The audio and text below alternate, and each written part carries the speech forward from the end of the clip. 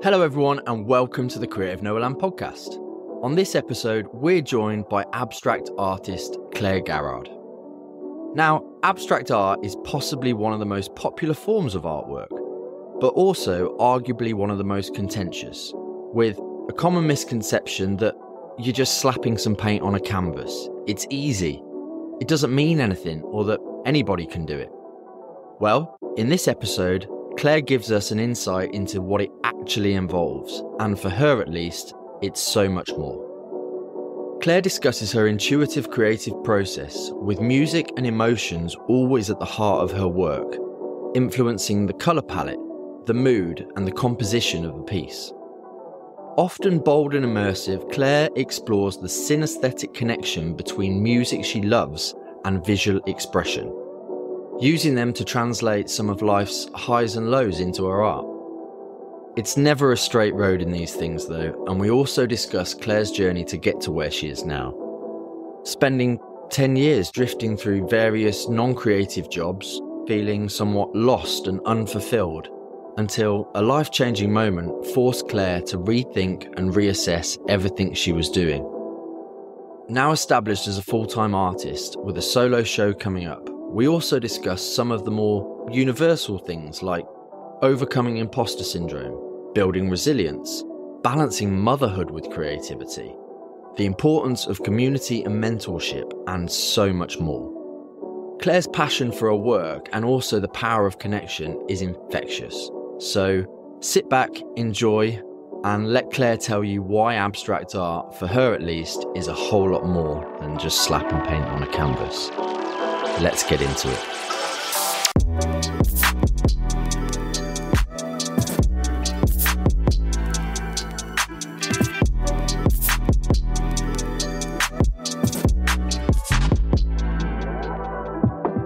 Claire, Matt. shall we talk abstract art? Yes, let's. Okay, I'm going to go in a little bit deep. Do you believe abstract art needs an explanation? Wow, that is quite intense for the question. This is me. This is all just me. So personally, I don't think it does, because it's how the viewer perceives it. However, I think it gives an extra layer of understanding, and almost when you have the meaning behind it from the artist, I think it can take on a whole new perspective. So that's not really answered your question, I'm sorry. No, but I think that's what we're trying to get into, isn't it? Because abstract art is one of those, it's actually probably one of the most popular forms of artwork to people to have in their homes. Mm-hmm.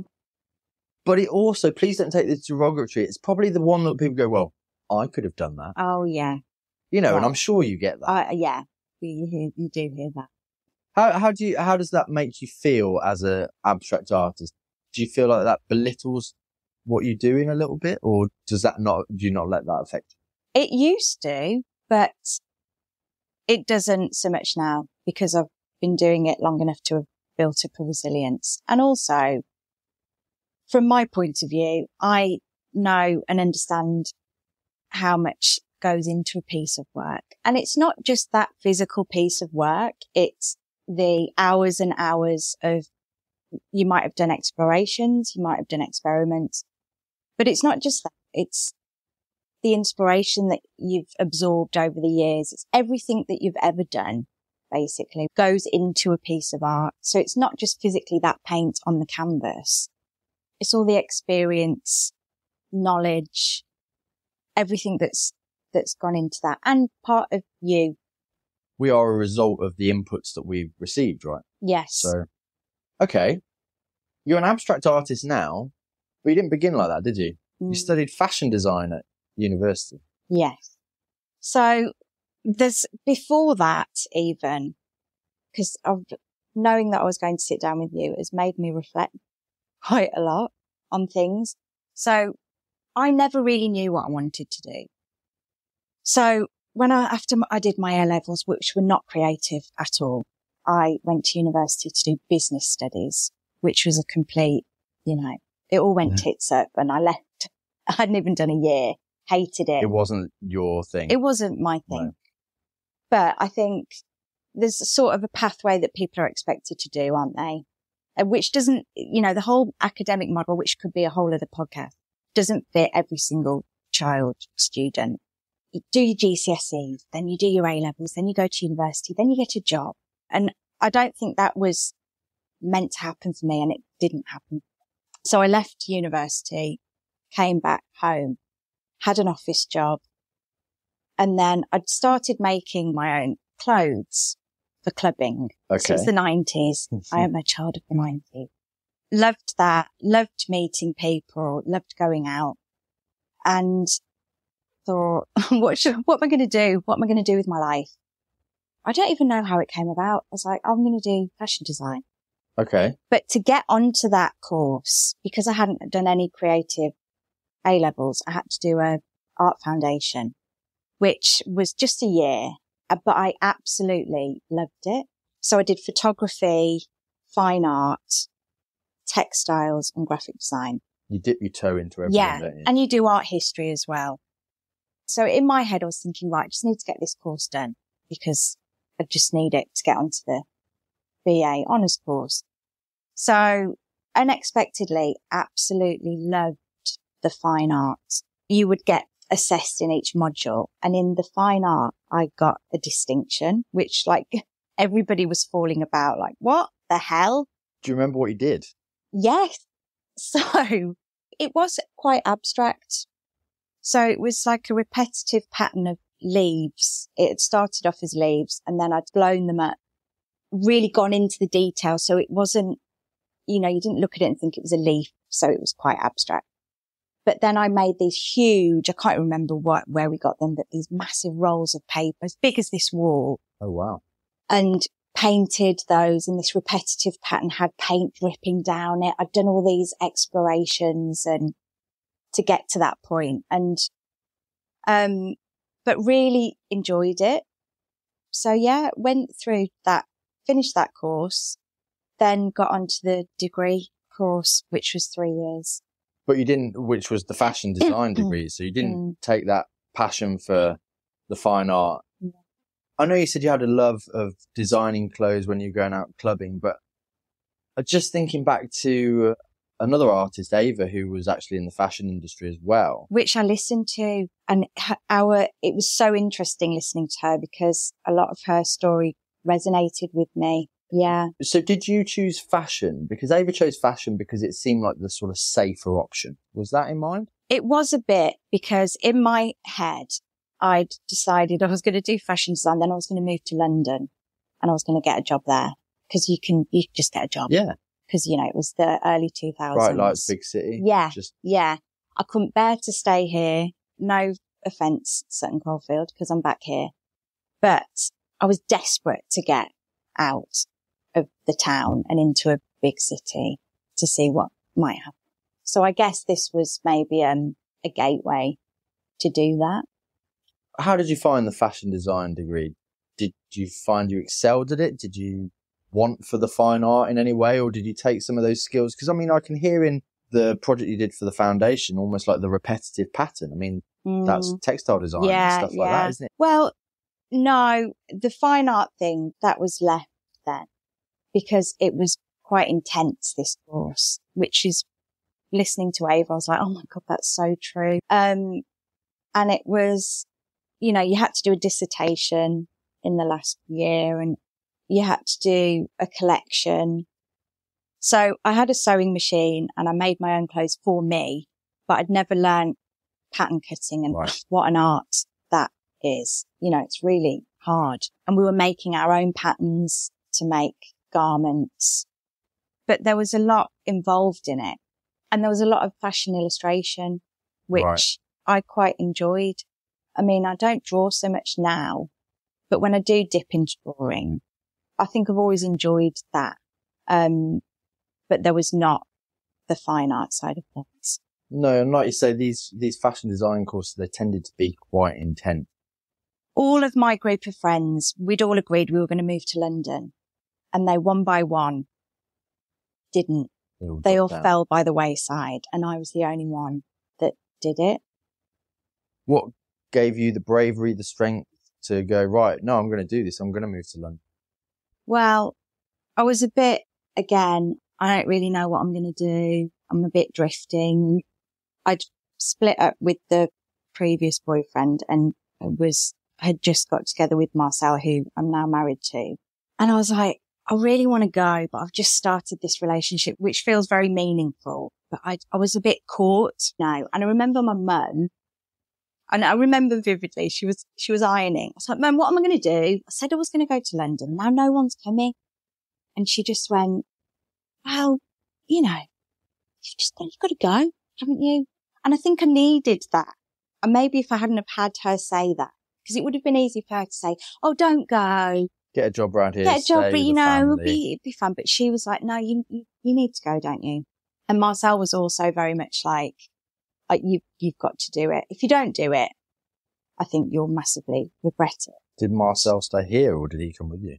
So he stayed here for about a year or so, and then he moved to London. Ah, well. I know. That's a big step for both of you. Yeah. So I set about trying to find somewhere to live, which was interesting.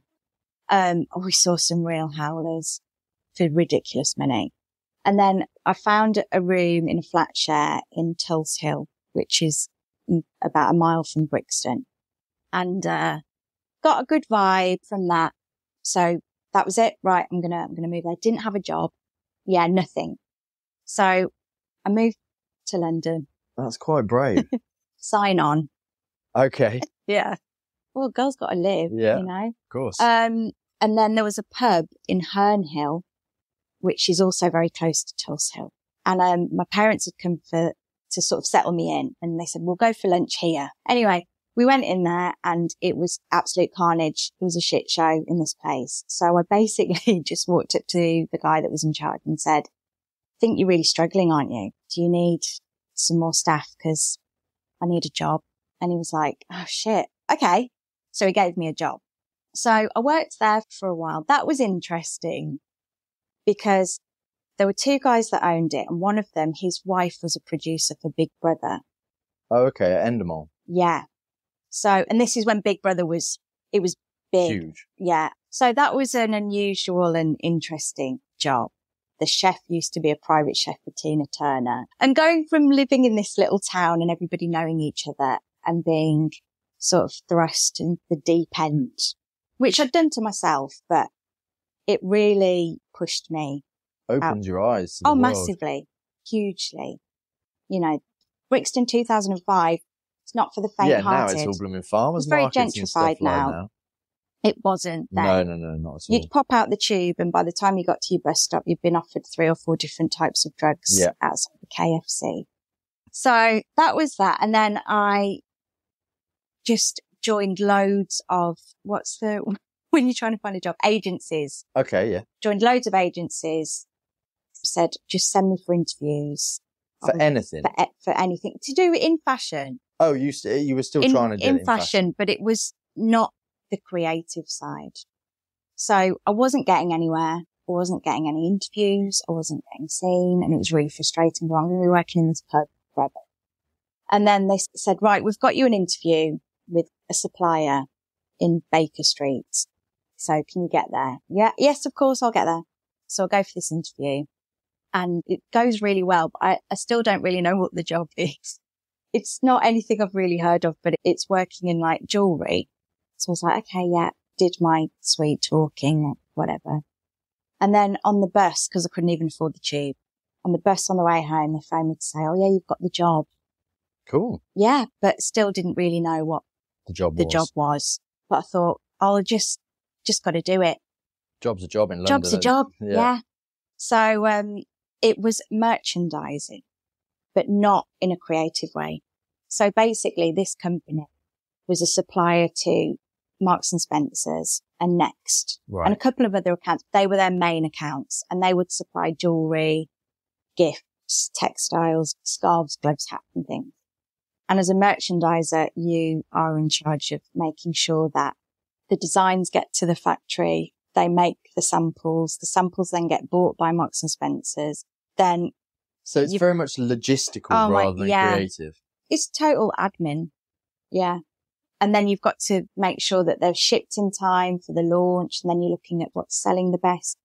You feed that back to the designers, because we were in a small team, couple of designers, me and another merchandiser, and then the head, like a buyer. So we would say, well, this particular style's selling well. So they would then design a new collection based around that. So it's not creative, not even for the designers. And where were you creatively? Was this just taking up all of your time, so you weren't even thinking creatively? No, it was just, nothing. oh God, I've got to have that meeting with that person about the supplier doing that. So all of a sudden, I'd gone from working in a pub, and then I was going to the head office of Marks and Spencer's to meet the head of merchandising to talk about, can we get these 2,000 pairs of earrings in on time? And I suppose that was the start of me being swept up in completely the wrong career. And that lasted like 10 years, didn't it, Claire? Oh God, 10 years. And then we'll get on to the next bit, which is more years. Yeah, but I think it's interesting to develop this story so people understand. It's not like, oh, I came out of uni, I was an artist, and that's how it was. We've all sort of dipped and weaved around to try and find where we want to go. I mean, you don't sound very enthused about that 10 years of doing... And that's not why I've got you on. So I guess, was there a pivotal moment when you were doing all this 10 years of logistics and not being very creative, presumably? What was the moment that made you go, I don't want to do this anymore?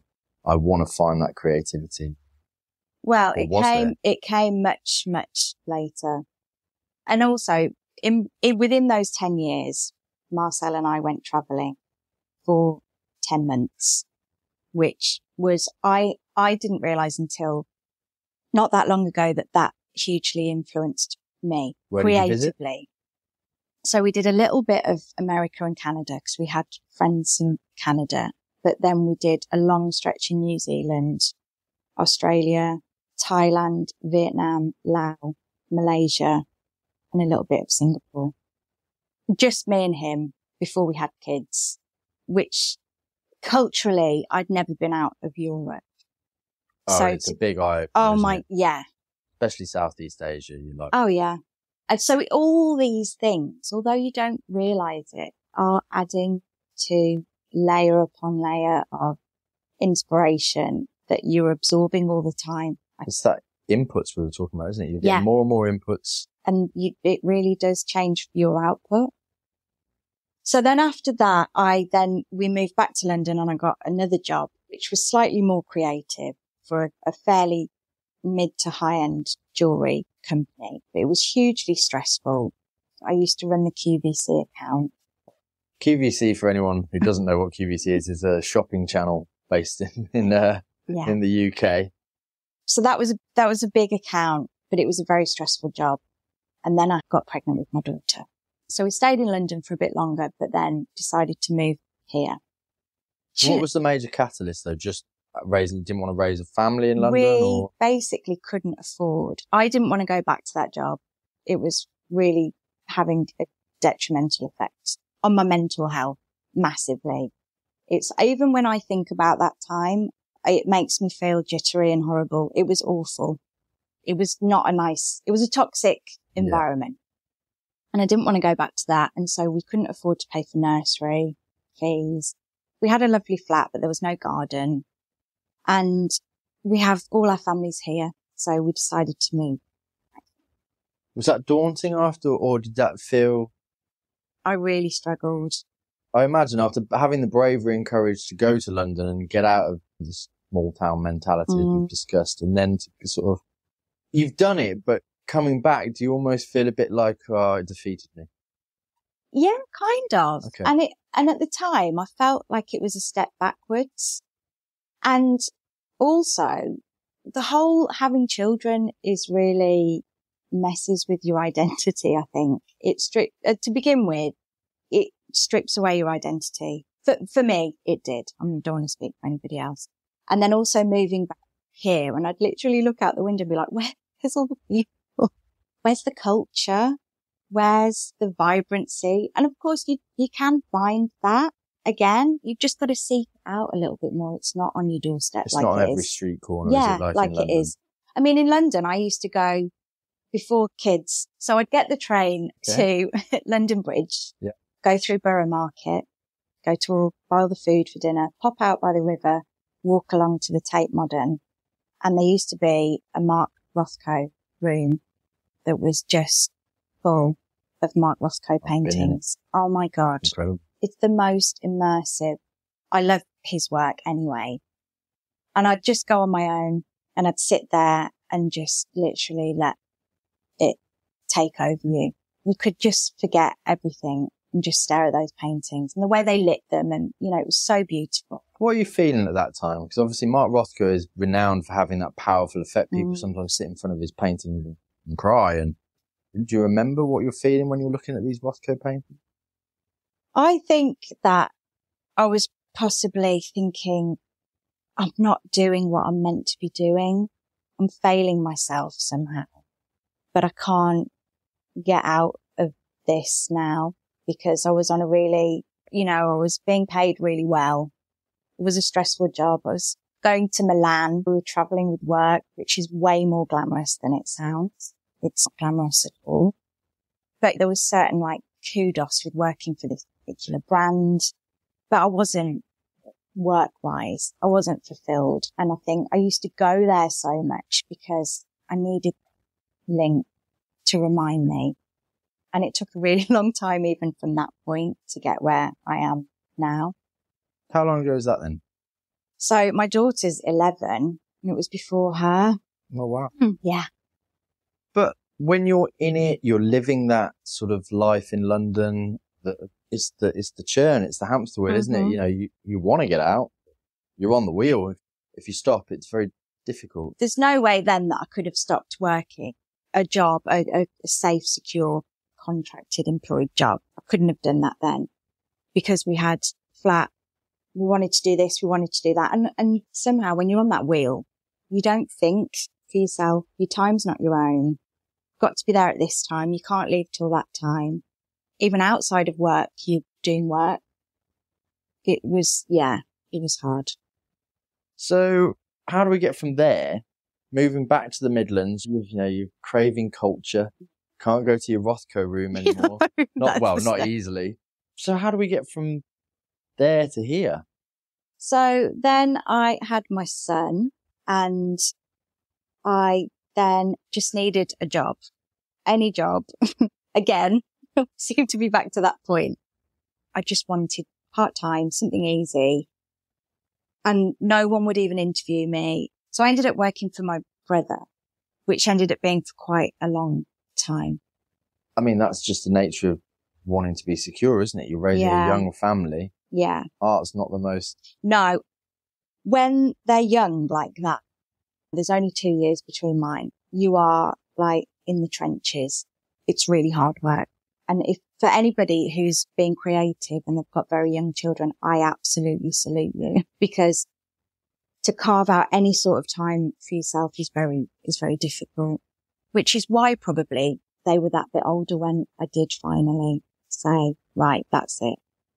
Okay. Is there a moment then where you go, right, this was the moment where I go, no, I don't want to work for my brother anymore. I'm going to stop that and I'm going to see if I can make this dream of being an artist?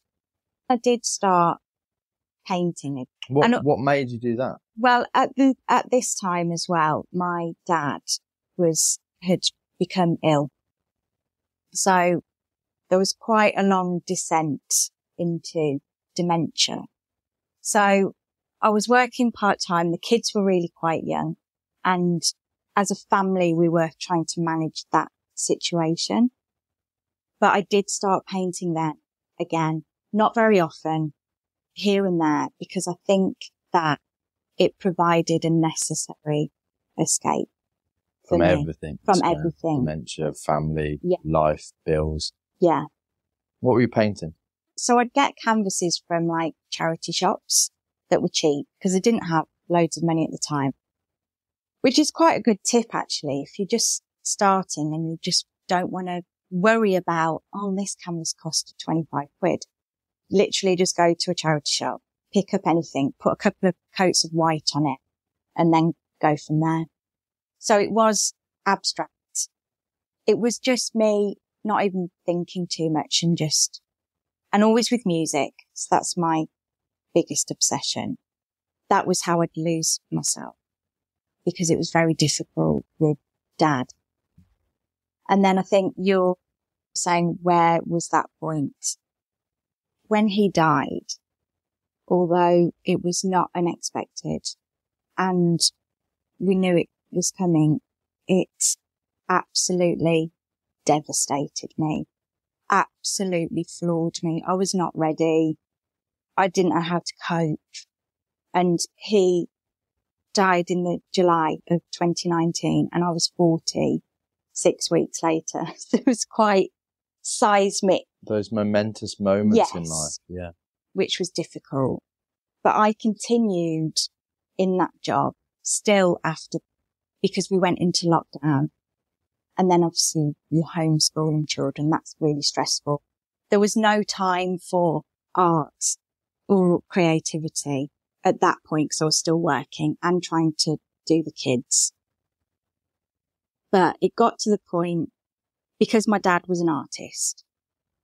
Ah, okay. So we've missed this Yes. big chunk. Yeah. But this is why we have to have these conversations, Yeah. Claire, so I can get to the root of where you... We're meandering around So it, your but we're dad getting was an there. artist? Yeah. So, well, he was, and I say that with pride because he wasn't a professional, and I'm doing the quotes. Yeah. He wasn't a professional artist, but it was his passion, as was music. And that's where me and him had an absolute connection.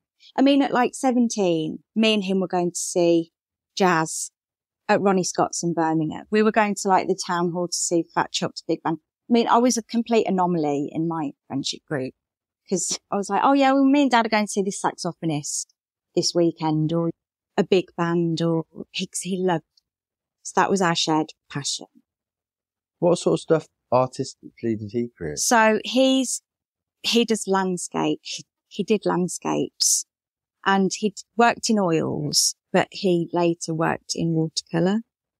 So when we went on holiday, we couldn't afford to go abroad or anything. We'd go to like Cornwall, Devon, and he would take photographs while he was there and then paint them when he got home.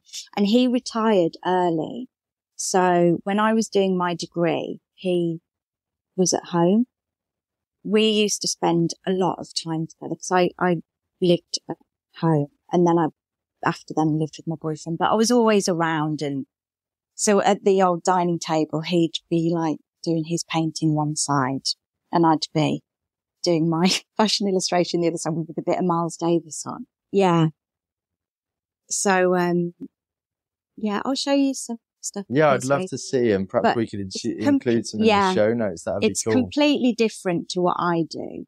I'm in awe of what he did, because I couldn't do what he did. You know, the way he creates the shadow and the light and the realism in his paintings with watercolour, which is notoriously hard to work with. You make a mistake, you're fucked, basically. Yeah. And yeah, so I loved that he was very different, but he did have work in exhibitions, not only local ones, but still, when I look back, I think, God, he really did put himself out there. And he used to take me to Veazey Gallery, which is this little independent art shop not far from here. And it's still there and it's still open. So I go there quite a lot, because it reminds me of him, because he used to take me. And did your father passing, was that like a kick up the arse, going, look, you're not happy, you've got to do something for you? Hugely. Looking back now, I went into a long period of drinking too much, partying too much, trying to, right, let's just carry on. It's fine. It's fine. But it wasn't fine. And I wasn't happy. And it really did. It's the absolute thing, even though it still took me a really long time after he died to say, right, that's it. I'm going to leave this job. It was what pushed me, for sure. And I think sometimes in life, it's often those really tough moments that give us the jolt we need. Yeah. To move forward. Yeah.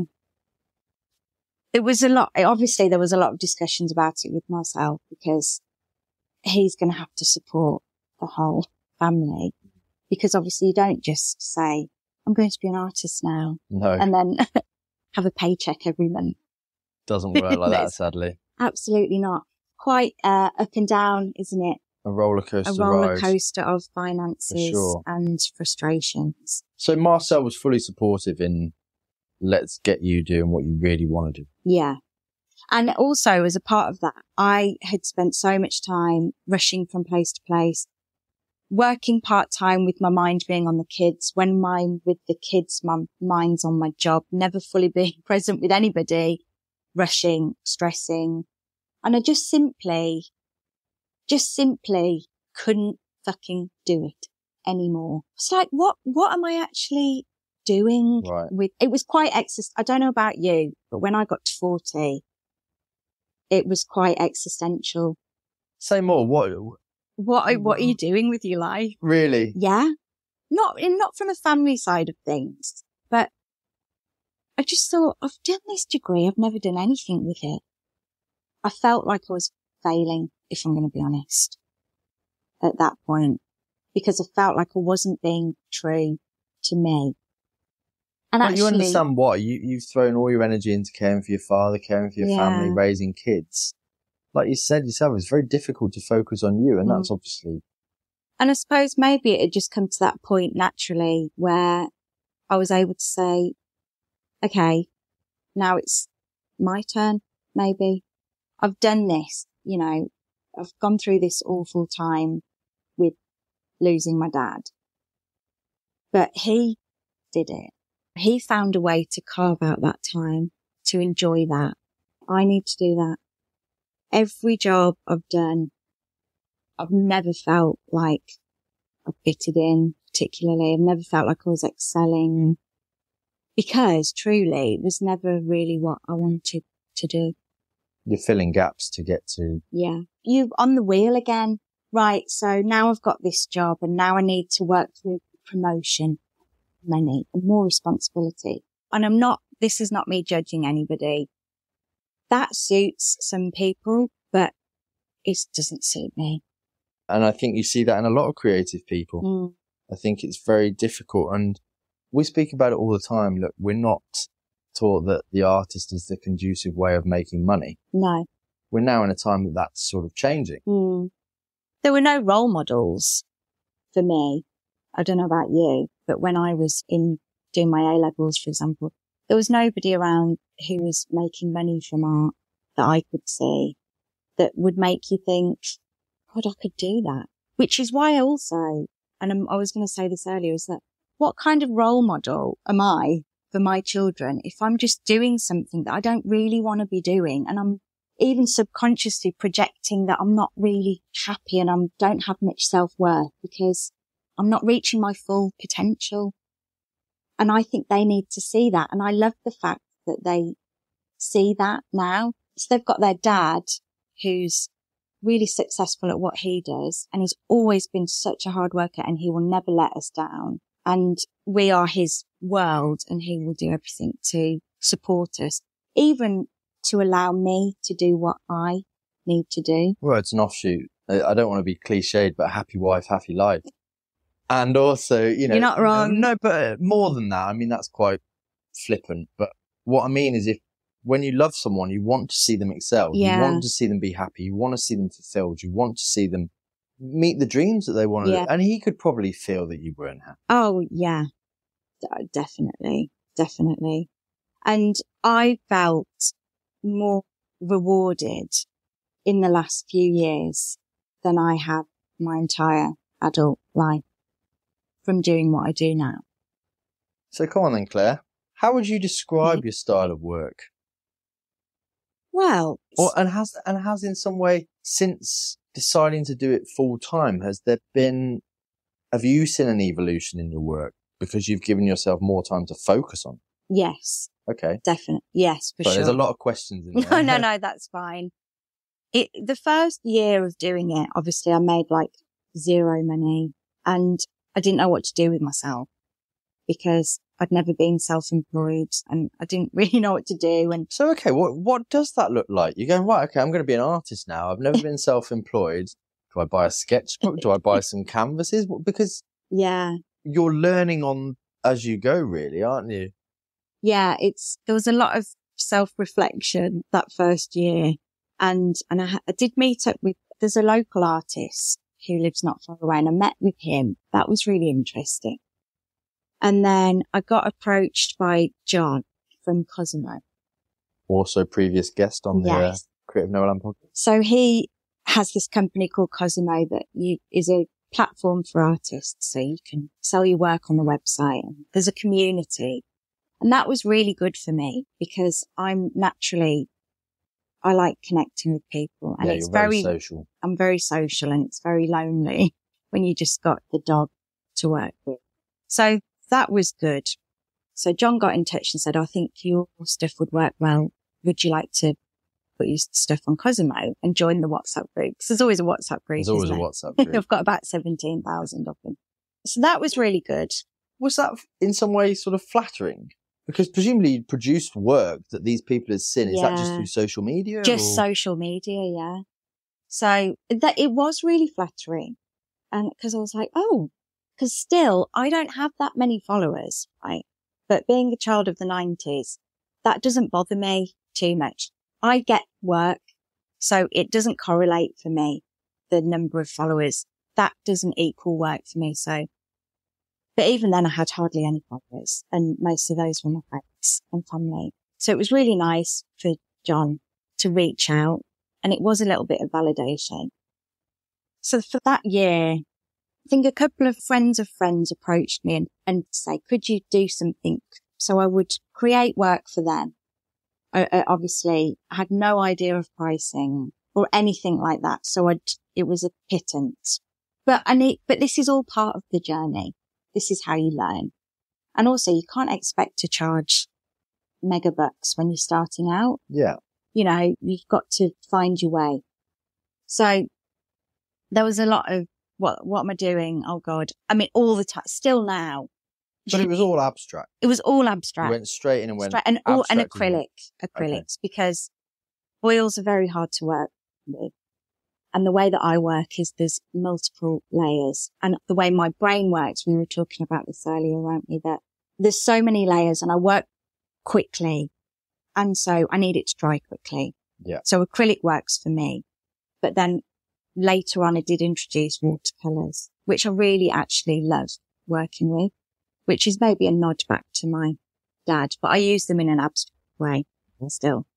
Because then once you get on Instagram, so you start making these connections with people, and then there'd be like a networking event, which is actually where we met. Do you remember at a gallery in St. Paul's Square? Yes, we did. So I was like, oh, do you know what? I've got no one to go with. It's in the day. I'll just go on my own. And that took a lot for me because I felt like a fraud, because you still get massive imposter syndrome. And even now, I sometimes say, why am I even doing this? Do you do that? Oh. Why am I even doing this? Imposter syndromes, we speak about it a lot on the podcast and I rant about it all the time. But it is, but as I've got older, and I think maybe doing the podcast and speaking to so many different people going, oh my God, it's so universal. But actually it's about reframing it. Mm-hmm. We're doing something new. We're growing. We're trying something different. Mm-hmm. Most people sit on their sofas and do fuck all with their lives. Yeah. So I want to feel imposter syndrome. I want to feel like I'm doing something, whether that's even when I go to Spain and I start trying to speak Spanish. I'm like, oh my God, this is awful. But every time you're learning something new, you learn from your mistakes. You learn from the things that you could do better. And like you say, you're in your first year of being a full-time artist. The imposter syndrome must be outrageous. Oh, yeah. So trying to learn from any avenue, whether that's networking from... And it's hard, isn't it? Because you don't know what to do. No. I literally didn't know what to do. Do I try and get stuff in a gallery? Do I do a market? Do I try and build a website and sell online? You know, there's so many ways to go and there's no one really helping. No. You meet people along the way. And Sophie, for example, a former guest and who also recommended you. We should give Sophie a shout out. Big shout out, because she's been a massive help, not only from a sort of business side of, you know, maybe you could try this, but also just a cheerleader, a massive, massive cheerleader, always has your back. If I'm not sure about something, speak to her. She's always been there from a creative point of view. And I've got lots of people like that, but because she's also an artist, we've been able to bounce ideas off each other. And collaborate. Which was really lovely. Yeah. Her style is completely different to me. So that piece that we did together really was a meeting in the middle, which worked really well, I think. The collaboration, that was kind of nice, wasn't it? Because that got the same gallery show that I was in. Yes. In fact, I think my piece was next to it was, yeah. Well, that was Sophie actually saying, "Oh, do you want to do a piece together? Like, how about you do an abstract background and then I'll illustrate on the top." So I was like, so did that. But that's what I love about her. She's just really open to working with lots of different people. And she's really good at putting herself out there. She's very knowledgeable, isn't she? I feel that Sophie's quite young, but then I suppose we're old. We are old, but she is young.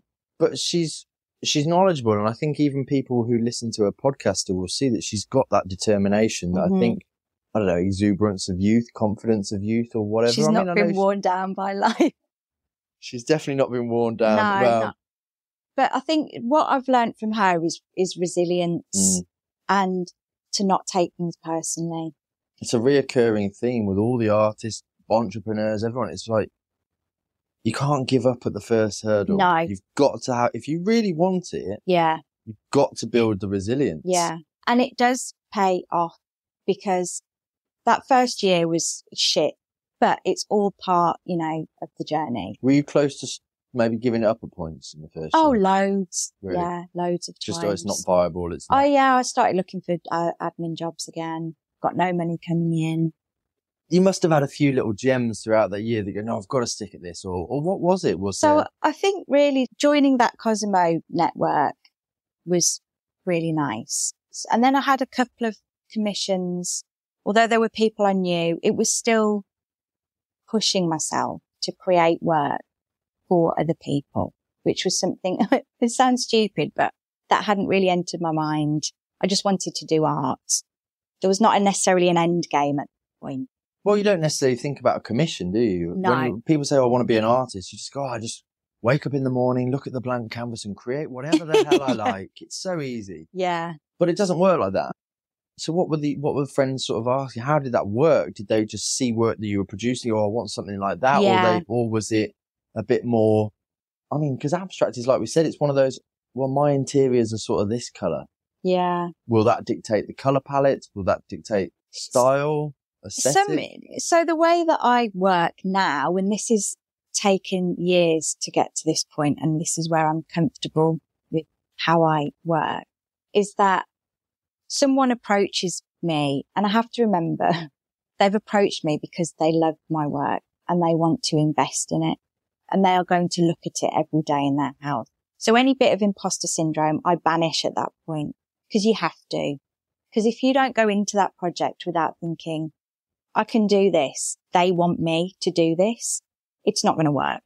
No. It's going to be half-arsed and not good. So a client, they might pick out a couple of pieces. I work with a lot of couples. They say, we both are really drawn to this piece. And then I might go and look at the space where they're wanting to hang it. Obviously, the feel, the mood, the colour of a room does to an extent. Does your fashion background help you in that?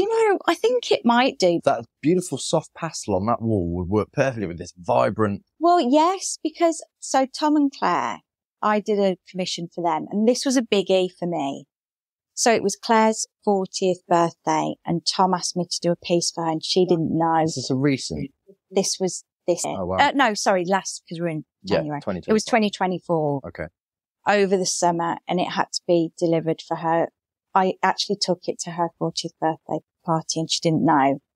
Cool. So obviously I was wanted to take Valium for a week before that. Because okay. the anticipation of that terrifying. Must have been, oh my goodness. A commission reveal has got to be the most hideously exciting, exhilarating, vomit-inducing thing you do. Even now? Even now. I've had one this year where I've thought, I think I've nailed this, but that's not very often. But how does that translate? That's you internally, but then when your client sees them, presumably they're like blown away. Yes. I mean, but then I think the law of averages is that at some point someone's not going to like it. And that's what you've got. That's why I think you've got to have the resilience, because it's so subjective. Especially with abstract. Yeah. Like you say, your father's landscapes. Oh, it looks like that place. Yeah. Or, oh, this portrait. Yeah. It looks like that person. Yeah. You don't have that same thing with abstract. But, yeah. The way that I minimize that risk for my mental health is that, like, they will say, we're drawn to this piece that already exists. And then I'll go in and say, what colours do you like and what do you like in this room? So this is going back to Tom and Claire. And when I revealed that and he hung it and sent me photos, he said, and this is so lovely. He was like, not only have you created this piece of art that we love, but you've managed to design it to be part of the room, which I think does go back to, there is an element of design in my work.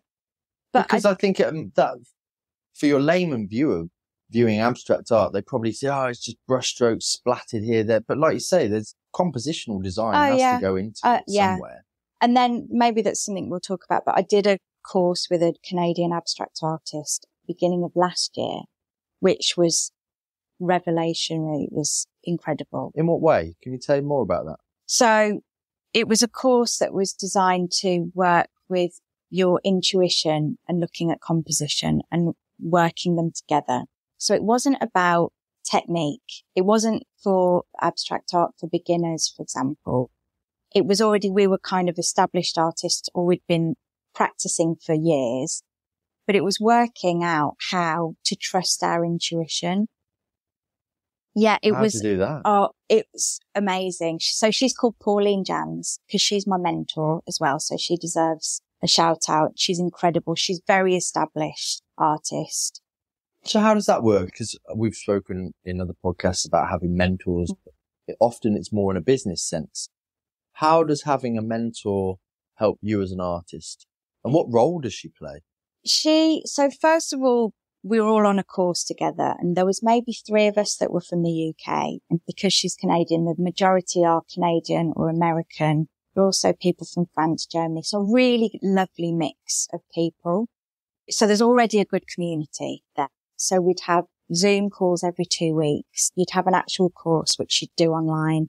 And then there was a private Facebook group where you could post anything, asking for advice or just posting it because, and it's a really beautiful community of supportive. They happened to be all women, but it's just how it happened. So then I carried on with her. There's a small mentor group. So she provides information about anything and you can specifically ask questions. So I'm having a solo exhibition. And so we've got a call coming up and I've specifically asked her if we can talk about this solo exhibition. So she will tailor a lot of that call towards help and support me. That's very cool. Yeah. And like you say, being an artist creative, it's so isolating sometimes. If you haven't got those people around you, mentors and people like that, even business mentors for the podcast for Creative Noel and for my art, it's something I'm definitely going to look into. But what made her the right mentor for you? I think because she's so sure of herself. She knows herself so well. She knows her work. She knows her style. She's very calm. She's completely open to new ideas and she's just so supportive and not just from an art point of view, but I remember one call where someone had made a comment about a piece of my work and I'd taken it badly and I talked about it in this call and she was so gentle with the way she unpicked it and we got to the end and she was like, but why do you think it affected you so much? And I was like, cause I'm a crier. So I was crying and I went, because I don't think I'm good enough. And she went, there it is. Yeah. There it is. She said, but you are good enough. And you have to believe in yourself because no other person is people can believe in you, but it doesn't matter one bit if you don't believe in yourself. Quote clip done. Well done, Claire. That would be the nice inspiring quote. But it is true to have the confidence in yourself. It's funny. I've just posted a blog post it's called Fuck the Critics. Oh yeah. And it's remembering that also not all voices matter. Yeah. But we have to assess who that person's coming from. Yeah. And that's the problem with social media is there's too much noise. There's too much noise. And sometimes I have to shut it off because I just can't do it if there's too much in my head. It's like I'm wading through the mud to find the clear thought of what I need to put down on that canvas.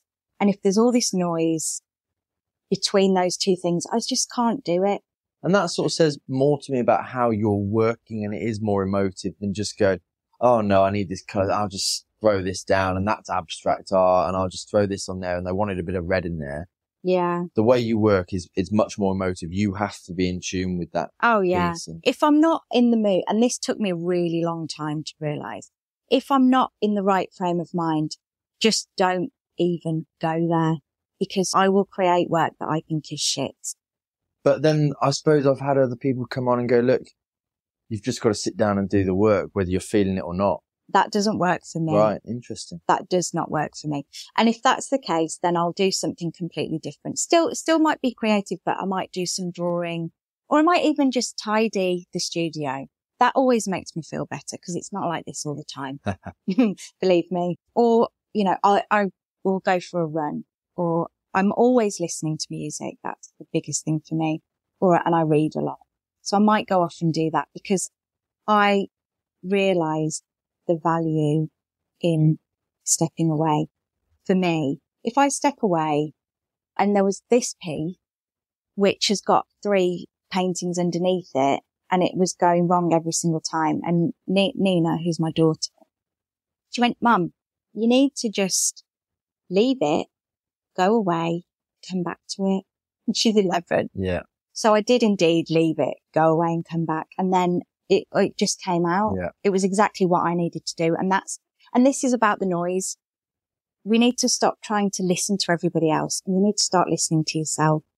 That's easier said than done though. Absolutely. And I'm like a good 20 years into getting to the point where I am. And the last 3 years has been very intensely getting to that point of saying, and I don't know whether that comes with age as well, because I'm mid-40s and proud, because I hate that whole, I'm getting old. I love being in my 40s. The more I get into the 40s, the less fucks I give. It's fantastic. I have more of a clear voice in my head. I know my worth more and I know what I have to offer. And I know that sometimes it's not great and I have to navigate that. And, you have a dry period where you're like, oh God, I've got no ideas. I'm never going to paint anything decent again. What do you do in that situation? As an abstract artist, where do you go? Do you go and look at other influences? Do you go and get more inputs? I find that too noisy for me because it's sometimes your influence becomes that you're led by that and then you're almost not copying, but you find yourself leaning and you lose your voice. Yeah, I feel like I need to stay in my lane. For me, what's clearer and what helps better is always music that will lead me back to where I need to be. And also walking, and I run. So that's when a lot of ideas come to me. When I quieten things down and then allow things to come to me. If you could describe your work, it's difficult. I want to say one word, but I think that's almost impossible. But how would you describe your work? Because it isn't just like, sometimes I will be honest, I do see abstract artists and I don't feel like there's anything behind that. I just feel like you're just, like I said before, slapping paint on canvas or whatever. Yeah. And with your work, there's, like you said, there's a lot of emotion behind it. If you're not in the right headspace, you can't paint. Mm. So I'm interested in how you would describe your work if if someone was to ask you? Well, it'll be as it is with me, quite a long answer. That's all right. Okay. That's what. So Podcasts are a great medium. It does always start with a mood or an emotion. And I might sometimes have an idea of how I want it to look at the end, but that's very rare. And that comes back to the intuition and the composition. So I'll have a colour palette in mind that I want to use, and that's normally quite limited. And then, why do you do that? Why do you put those limitations on it as opposed to just going, oh, I'm free to, throw anything around? I think sometimes too much colour muddies the waters for me. And maybe that's the design. Like literally as we're saying these things, it's popping into my head, and maybe it is the design element of things that I want it to maybe be more striking, which means I don't want loads of different colours in there. And I will always have music on, so that will dictate, and I'll lean towards certain genres or sounds to match where I want to go with this painting. Interesting. Is that a form of, it's not synesthesia, It is, because I've written about it, yeah. And even the music dictates how I move. You move and express on the canvas. On the canvas. So, and I don't normally use brushes. It's all palette knives or colour shapers or pieces of fabric. I was going to ask you that. What's the one tool or material in your studio that you couldn't live without? Oh, palette knife. Palette knife. And a rag. Rag. But that's what I mean. It's the simplest of things, isn't it? And one of them is my dad's still. Oh, that's even, cool. So I use that. But yeah. I think that's very interesting. The music and that dictates. So I feel like we should have some sort of Claire's playlist of her moods. Please. It's my obsession. I'm such a nerd. So if there was one piece, which maybe we'll use as an example, which was called Reveal Yourself. And it was a 55 square canvas. And I'd started off, I was not in a great place. And it was dark. I mean, and literally I was putting onto the canvas how I was feeling. So it was dark colours. Sort of was tinkering with it and for a long time. And when I'm tinkering for a long time, that's when something's not working. If it happens, it will happen really quickly once I'm into it. And I was just going through a time, I'd stopped drinking actually, because I'd been drinking a fair amount. And is this after your father passed? Yeah. It was just after the anniversary. And I was like, just don't think this is serving me, drinking. So I stopped, and I actually didn't drink for 10 months. And then I do drink occasionally now, but I find that it's completely cleared my mind. I don't really want to alter my state, I've realised, because it really interferes with my creativeness. So I still had a lot of shame really attached to when I was drinking a lot and the behaviours and things that I'd done. And I was talking to Sophie about it. And she said, you know what? You've just got to let that go. I just don't think you can't hold on to that anymore. This has happened and look where you are now. I think you need to just shift, like we were saying, reframe and shift your perspective. And I came back to this painting and I felt completely different. And so I restarted it, and it was light. It was much brighter, and there were pinks in it, and it was how I was feeling. And, I was listening to a lot of Cleo Sol, who I adore. I think she's amazing, and she's part of a collective called Salt. And their stuff is incredible. And a lot of wicked tunes with Little Sims. Oh my God. Well, I've got a Little Sims quote on the wall. There's a certain flex that comes with feeling exhilarated. Ain't it just the best? Owning it, knowing you've elevated. Yeah. And I love that. And a lot of it is quite religious. It has some religious connotations, but in a real, they've got faith and they've got belief, and it's really uplifting. And I love that. And I love her voice. And I was listening to a lot of that. And what came out of that was this white textured piece, but it still had the black underneath. You could see some of it coming through. Yeah. And then looking at it from my design and from, you know, my mentor and her composition point of view, there were just touches of yellow, which was more of a design. That was I'd left my intuition there and I was happy with that. And then my design and the composition comes in. So it is very much that blend of the two. You don't want to go, it's purely intuitive. You want that. There has to be, for me, you have to step back and think, how is this working? How is the eye moving around this piece? Is it too top heavy? You know, is it just going to be stuck at the bottom? So for putting these just touches of yellow really allows the eye to move around the piece. Then you've got the dark showing through. And I took it to some markets and people were, you know, they liked it, but this is always a considered purchase, an original piece of art. So I don't expect to sell. But then out of seemingly nowhere, this guy emails me and says, I've been looking at this piece on the website and he was like, please tell me it hasn't sold. And it was this particular piece.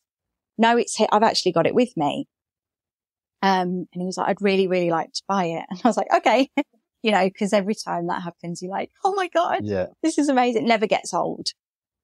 And he drove for an hour to come and pick it up. And I won't share it because it's personal to him, but he shared with me his story of what it meant to him and a situation that he'd been through, a difficult time. And he wanted to buy it for his new partner. And for him, when he read what I'd written about it, it resonated so much with him. Just remind me what the piece was called again. Reveal Yourself. It started off dark. He'd gone through this difficult time. He'd not allowed himself to stay comfortable and he'd pushed himself out of this. And it had been really awful, but ultimately he'd reached this point of being happy. But do you feel like, goes back to my original question, do you feel like abstract art needs to be explained? It didn't need to be explained, but by you giving it that title, I think prompted him. Oh yeah, it tipped him over from thinking, oh, I really like that to, oh my God, I have to have that. So yes, I think maybe you've made me change my mind. No, but I think it's an interesting balance. It's always about how the viewer of the art is going to react to it. But I think in some ways it's not the artist's job to explain it and the meaning behind it from the artist's point of view, but to give it that title, you sort of suggested it. Yeah. And that with abstract art, a lot must be down to the title in some respects. Oh yeah. Because if you'd have titled that Untitled 3, yeah, it's got no connection, it's got no resonance. And actually, one of the first big pieces that I did that I sold is my best-selling print. And it's the one that people still talk about. And it's that one there. So Claire's pointing to a piece in the studio. This is not a visual podcast. No, sorry. Do you want to give it a bit? Has it got a name, a description? So it's called Lost Without You. And it's very textured, very layered and almost in half. But the bottom half is really deep teals and blues. There's a lot of movement. And then the top half is, again, very textured, but white with some deeper colours peeking through. And then there's a real dark cadmium orange hue highlights on it. And we'll have to include a couple of these pictures in the show notes or the blog. But why is it called that? So Marcel was working away.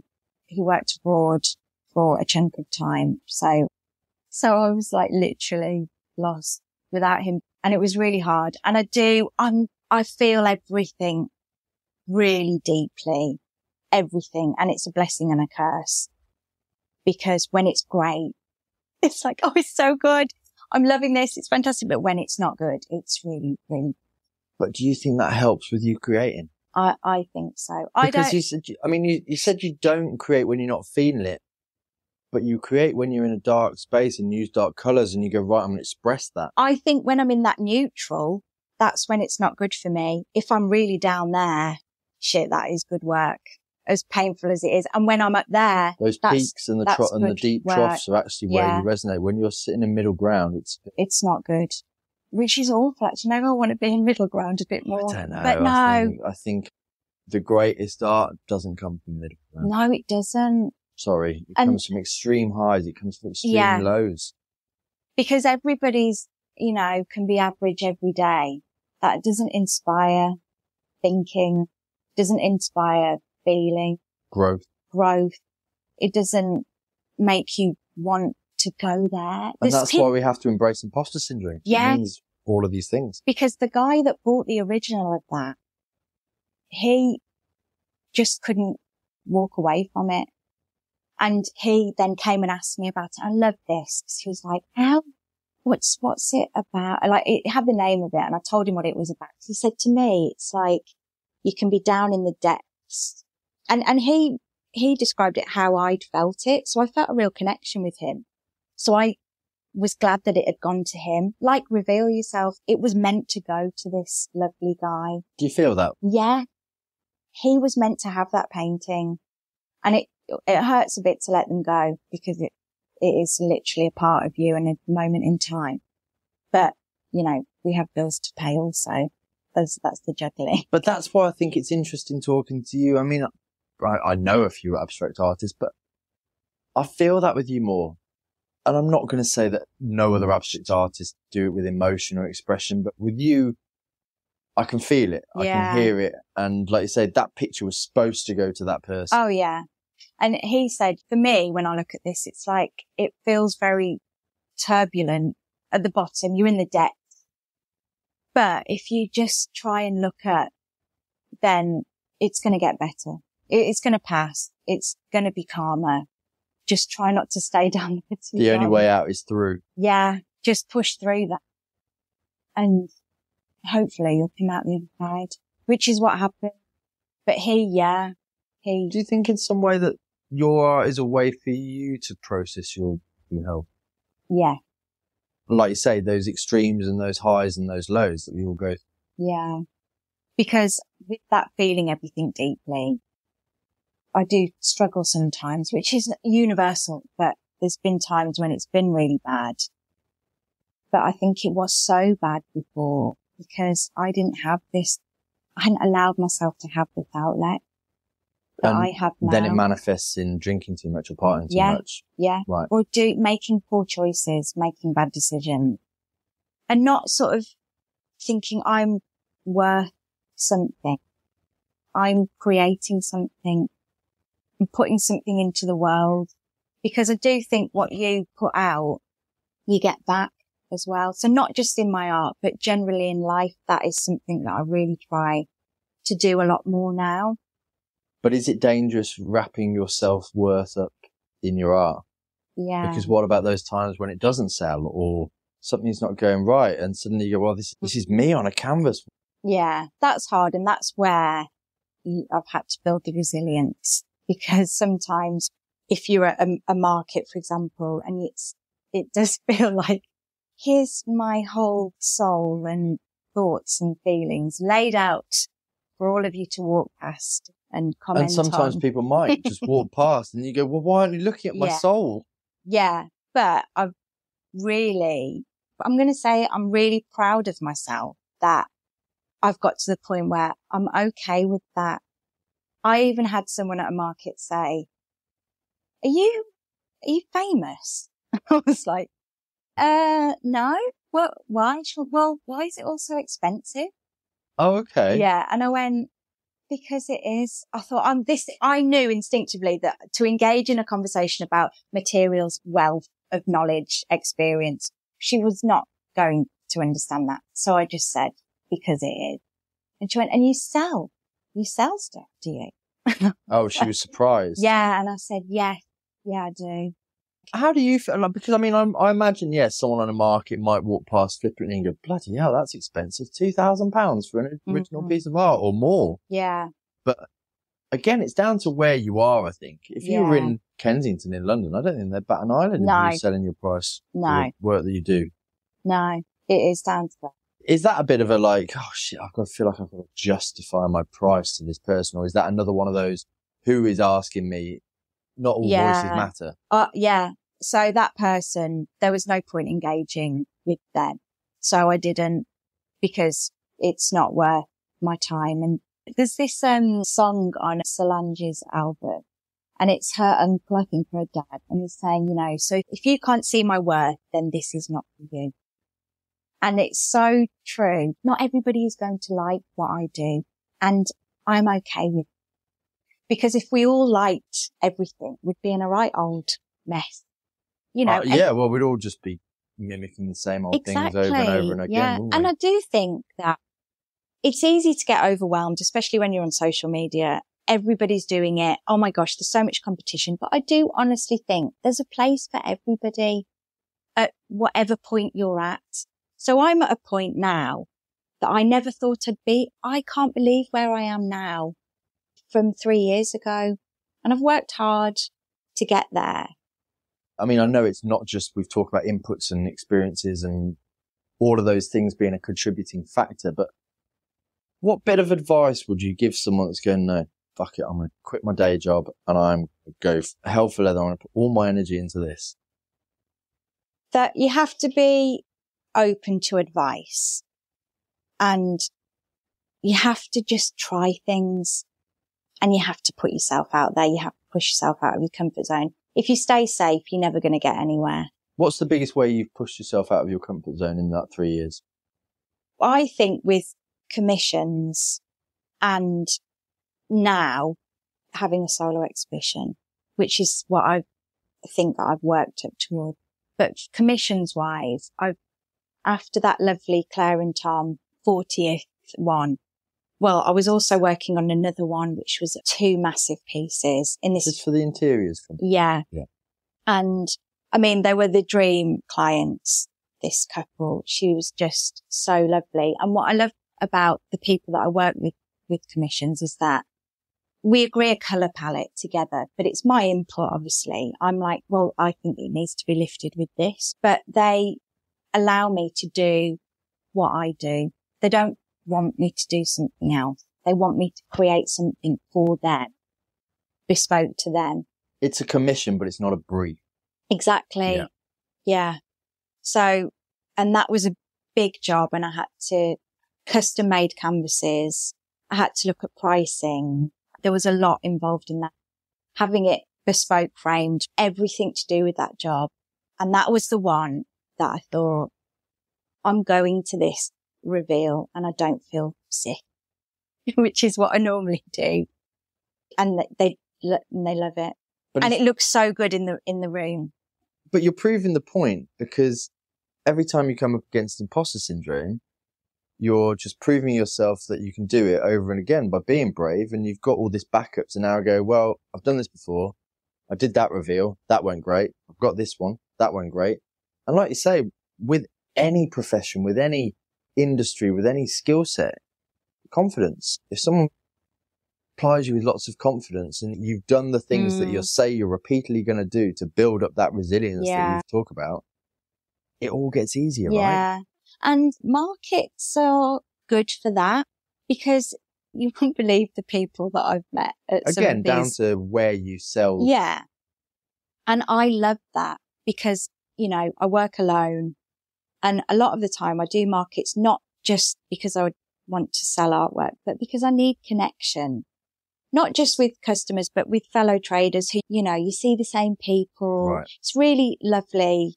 And I've met some real characters at markets, but every person, I appreciate everybody. I love hearing what people say, and it doesn't matter who they are. If they stop and talk to me, I appreciate that. A lot of people don't buy anything. I almost don't care, because I'm taking something from each conversation that I'm having, and it is connection. And I think I can go way too much into my own head, and that's not a good place sometimes. And I need to get out of that and get some perspective. But then you previously said that actually being in your head can be quite an inspiration. Does that make sense? Like those extremes. Yeah. So how do you balance that? Like when you sort of don't want to be in your head, but you do want to be in your head. You want to be intuitive. You want to be emotive, but you want to be resilient and practical at the same time. I think there's like an absolute sweet spot. And when you're there, when I'm there, I'm almost hyper focused. So there'll be sort of periods of time where I'm so productive, and I'm just doing loads and loads of work. And then there'll be a time when nothing happens. Marcel will be like, have you done anything today apart from write on the walls? I'm like, no, not really. But it's learning how to not be freaked out by that. Yeah. I can't be freaked out by that, because then I think you prolong it. You're like, oh my God, why is there nothing there? Why there's too many voices and there's too many ideas. And then also I get into this thing where I'm like, I almost don't start something because in my head it's like, do you get that? All the time. I God. see the photograph that I want to take, and then I go, well, there's no point in doing it because unless I get a budget of this, I'm not going to be able to get that set, or I'm not going to be able to get that location. I can't get that model that I really want. And so you always go, oh, it's better left in my brain. Yeah. So I won't start that because I'm not going to achieve it. So how does that work in terms of you talking about a solo show? So a lot of your work is commissioned. Yeah. So when it comes to the blank canvas and you just... Nothing worse than a blank canvas, just saying. But that's what I mean. How's you're talking about the solo show that's coming up? Yeah. That I haven't done anything for yet. But that's what I mean. That's what I'm intrigued to know more about. What will that solo show, will you be getting some of the commissions back just to show previous things, or will it be completely new? It's all a new collection of work. Is there going to be a theme? Is there going to be a base, or is it? Or is that what you're establishing now? That is what I'm establishing now. So, you know, when I say about sometimes I don't actually put any paint on a canvas, that's not to say that I'm not being creative. Oh, no, definitely because not. No, obviously, as we know, there's this bloody solo exhibition that I've put on myself. It's been forming in my mind it could have been years. Oh, if anyone's ever had dreams of being an artist, we've all wanted a solo show. So it's probably... and you're like manifesting it. And I've written this down, like when I first started this, you know, I'd write these things down. This will happen. I will sell my art. That's another way of instilling confidence in yourself. You don't write, I will, or I hope. I am selling my art. I sell my artwork. Yeah. I make connections with people. Create good work. I have a solo exhibition. And then it comes to fruition because you are literally changing the way you're thinking about yourself and what you're going to put out. So yes, this exhibition, which I haven't started yet, is going to be at Nook Gallery in Kings Heath. Okay. So I did Birmingham Open Studios, which is this amazing initiative, which is put on once a year in September, October, and it's where people open their studios, artists open their studios for people to come and see where they work, how they work, their processes. So it's a real lovely mutual meeting of minds because they go there because they want to learn about this. And as an artist, it's so lovely to talk about your work and how you produce it. Like today, this is like a therapy session, by the way, also. Well, I'll put my invoice in. Yes, please don't.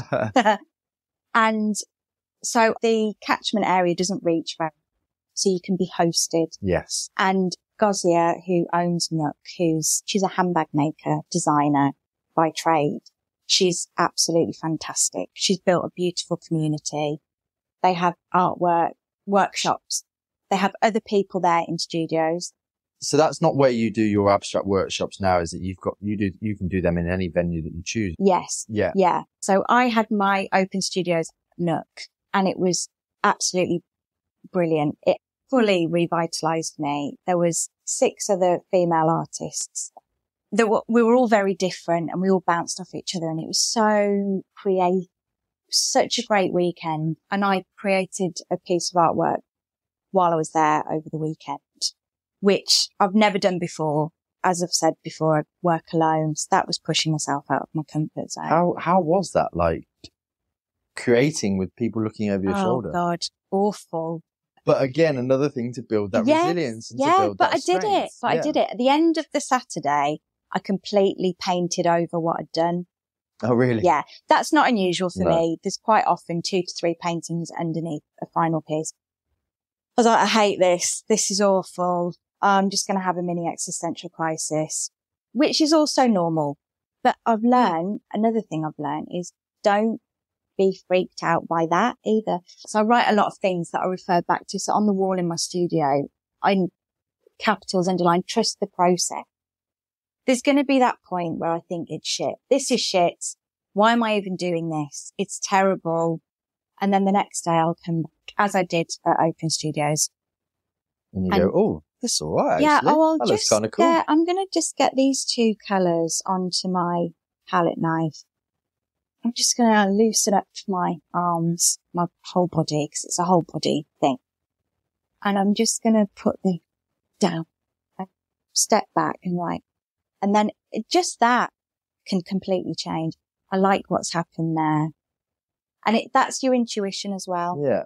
And that's what most artists will work on, right? A painting's finished from intuition. It's not, oh, here's my 15,000th brushstroke. That means the painting is finished. It's like, oh no, I need to go away and I need to flick that mad ochre yellow across the bottom of it. And now it's done. Yeah. And sometimes I'll even get that highlight colour and I'll put one final stroke and I'll be like, oh, that's it.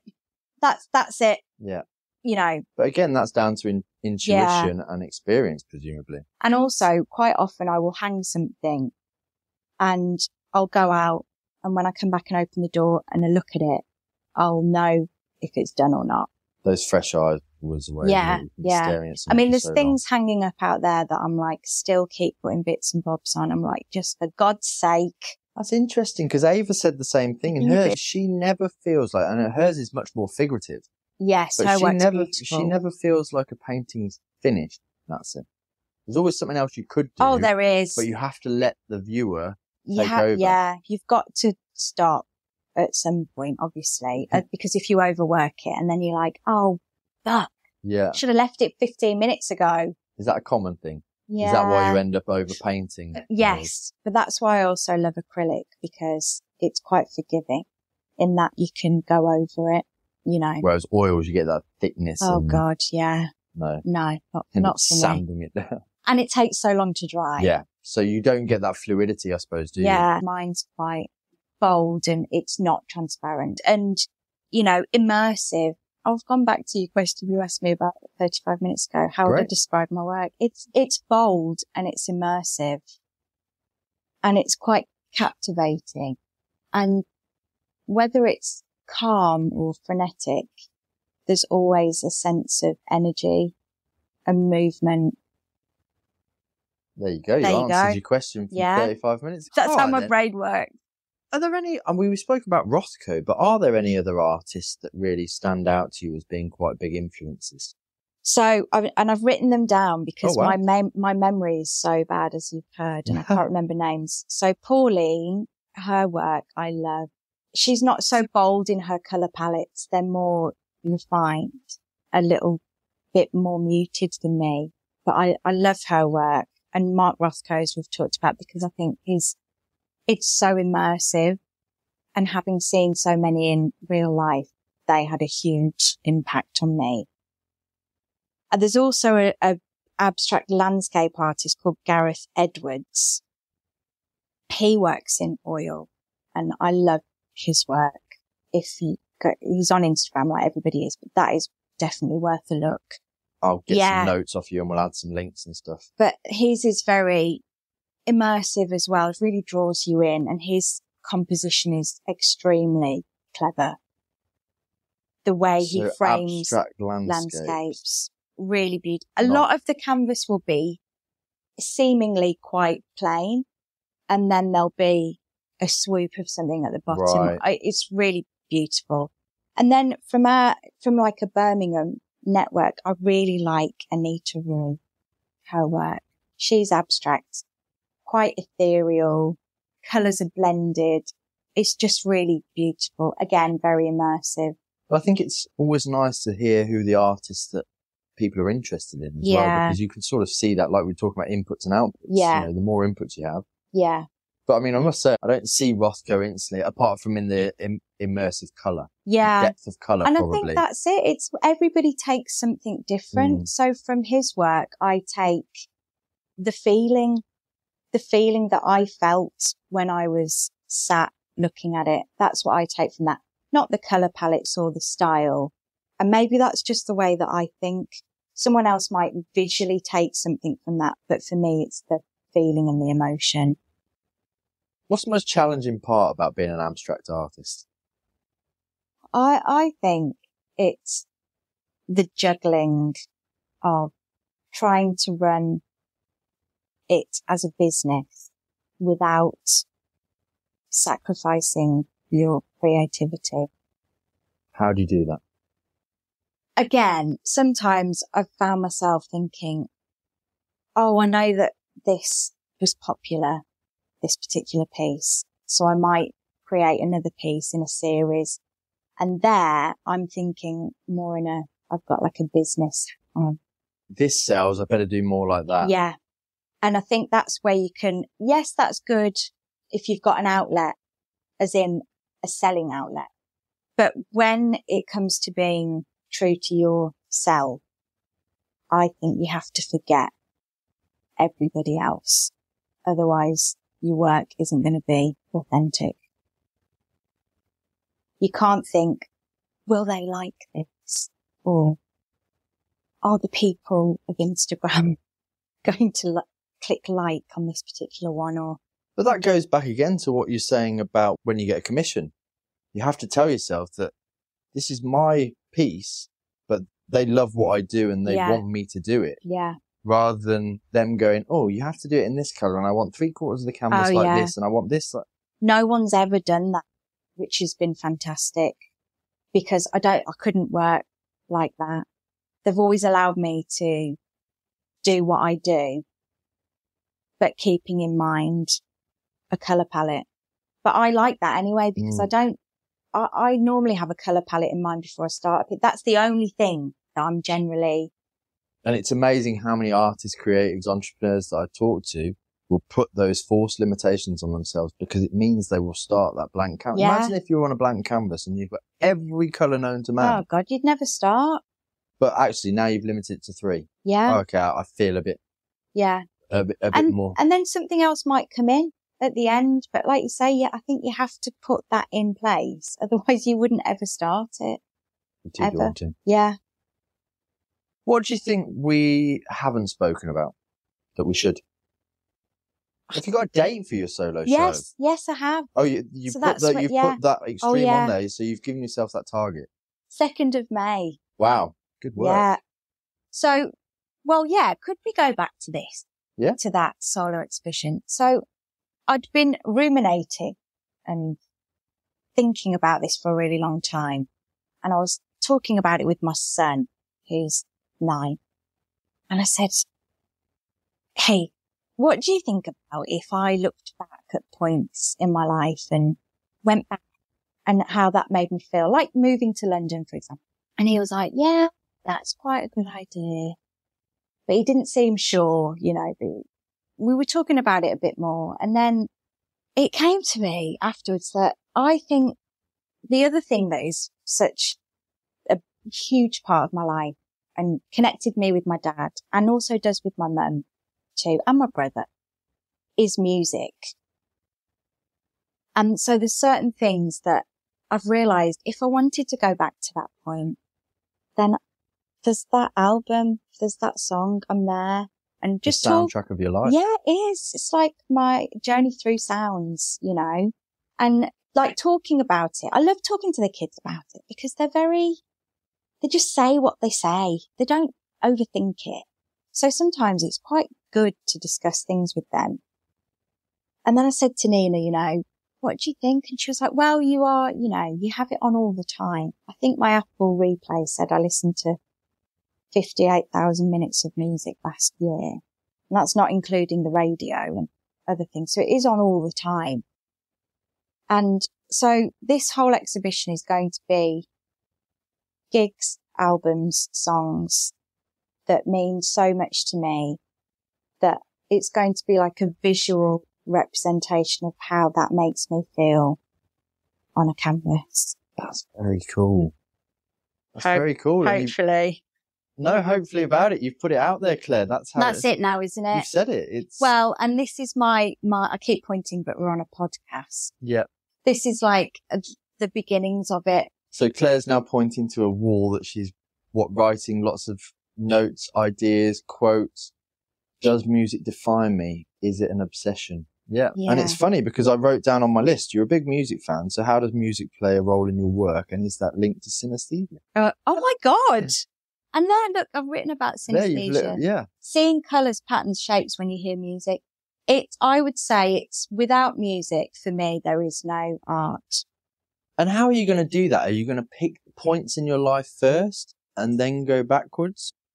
Have you got some of those points that you're trying to represent? I have. You have already. So, and also alongside that, live music for me is the ultimate joy. It's like soul food, it's lifeblood, it's everything. And it goes back to that connection. And art is obviously not just paintings. Art, creativity is everything, isn't it? It's music, it's musicians, it's people that embroider, it's people that knit, it's everything. And I love live music so much because to see people, and I can't play an instrument and I can't sing, but it doesn't matter. That's what I love about music. It doesn't matter if you can't sing or play an instrument. You can still get the utmost joy or go to the deepest depths just by listening to something and seeing people on stage connecting. So I'm a massive Erykah Badu. I have been since 1997. There's showing my age. I've been lucky enough to see her live 5 times, and it is almost a spiritual experience.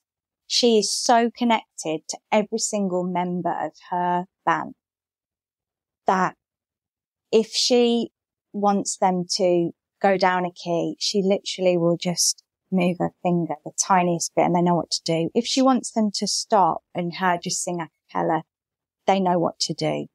I've been to a gig of hers where she did a 45-minute DJ set because she doesn't give a shit about what time she's meant to finish or where this is meant to be going. She's like, do you know what? I'm vibing with this crowd and I want to do a 45-minute DJ set in between singing my songs. And that's why I love her so much. And she's the ultimate creative queen to me. So which Erykah Badu song will be manifested first in the exhibition? My favourite song of hers ever is Other Side of the Game, which is on her first album, Baduism. But as a whole, Mama's Gun, which the vinyl is behind you there, which was released in 2000, as a story, as a complete body of work. And I'm such a nerd. Like, if the kids go, can we press shuffle on this album? I'm like, you what? Shuffle an album? Not in this house, you won't. Sacrilege. That artist did that number of songs in that order for a reason. And it's a journey and it's a story and it's got a start, a middle and an end. And for me, that album is up there. It's like top 3. So that is one as a whole. And in 2000, I was clubbing a lot, but I think that album was the other side of that frenetic partying crazy. Yeah. This was grounding. This was like a different person. It's like you said, you've always got to have balance. Absolutely. That's in your life, your music, your painting. So that created the balance for me. So that's definitely one. How many do you reckon you've got? Or how many are you going for? Or do you know? I'm not sure yet. Still in the planning? It's still in the planning, but at least 10. Got any names for any yet? Not yet. No. But, and then there's another song that is by Nick Hakim called Where Did You Go? And after Dad died, you know, like on your Apple Music, it takes what you like and it might throw in songs you don't know. And literally after Dad died, this song popped up and it encompasses everything that I felt about losing him. And I'd listened to it a lot and then I couldn't listen to it. And still now I've got to be in the right strong frame of mind. I've got to be in the right frame of mind, but that definitely needs to be one of them. It's amazing, isn't it, what music can do in those moments to give you that release, that expression that you could have never found in those words. No. You hear it and you're like, oh my Yeah. gosh. I mean, like that Gladys Knight and the Pips, he's leaving on a midnight train to Georgia. Like, I don't know how I got, the words, and that means different things to different people. But for me, that's my dad is going, he's left. And, how can I live in a world? Oh, yeah. And it does just take you, it's so emotive and sometimes so nostalgic. It's the only thing. Music, I think, for me, it creates a gateway to allow me to access feelings. And sometimes, like I'm in that middle neutral bit and I need to be up or down to create the work. I can very selectively choose what I listen to and it can take me there. Yeah. Immediately. Well, I'm looking at your board and it says certain songs are like old friends comforting. Yeah. It's beautiful. And I think, it's a really great starting point for your first solo show. I think that'd be bloody amazing. And well done you for putting that pressure on yourself, giving yourself a date and going, right, I've got to work towards this. I think you have to do that sometimes. Otherwise you just meander along. Yeah, of course. and never get there. Yeah. And anything we can help with to help promote it or whatever, we will. Thank you. The Nook Gallery. When was the date? 2nd of May? 2nd of May. 2nd of May, 2025. For till the 16th. Amazing. Claire, I think we have spoken about a hell of a lot.